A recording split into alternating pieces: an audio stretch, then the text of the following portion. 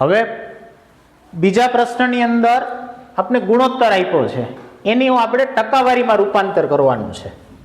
પેલી રકમ આપી છે 3/4, તો 3/4 એ ગુણોત્તર આપ્યો છે એટલે આપણે એને લખી શકીએ કે 3/4.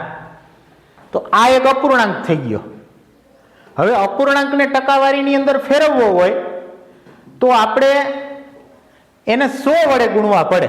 આ એક અપૂર્ણાંક થઈ ગયો 3/4, એનું ટકાવારીમાં રૂપાંતર કરવાનું એવી આપણને સૂચના આપી છે. એનું ટકાવારીમાં રૂપાંતર કરવા માટે આપણે એને 100 વડે ગુણવા પડે, એટલે આપણે એને ગુણ્યા 100 કર્યા. છેદ ઉડે છે, 25 ચોકું 100, 4 4 ગયા એટલે વધ્યા 3 ગુણ્યા 25, એટલે 25 તેરીને 75%. તો આ પેલો દાખલો થયો.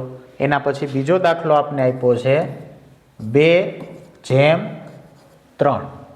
તો અહીંયા 2/3 ગુણોત્તર આપ્યો છે એટલે આપણે લખીએ 2/3. આ એક અપૂર્ણાંક થઈ ગયો. અપૂર્ણાંકને ટકાવારીમાં ફેરવવા આપણે એને 100 વડે ગુણવા પડે.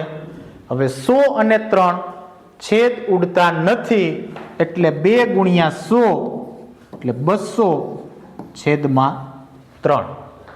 તો અહીંયા પણ છેદ નથી ઉડતા એટલે આપણે ભાગાકાર કરી લઈએ. 200/3, 3 × 6 = 18, 3 × 6 = 18.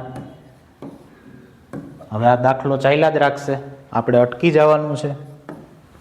66.2/3%.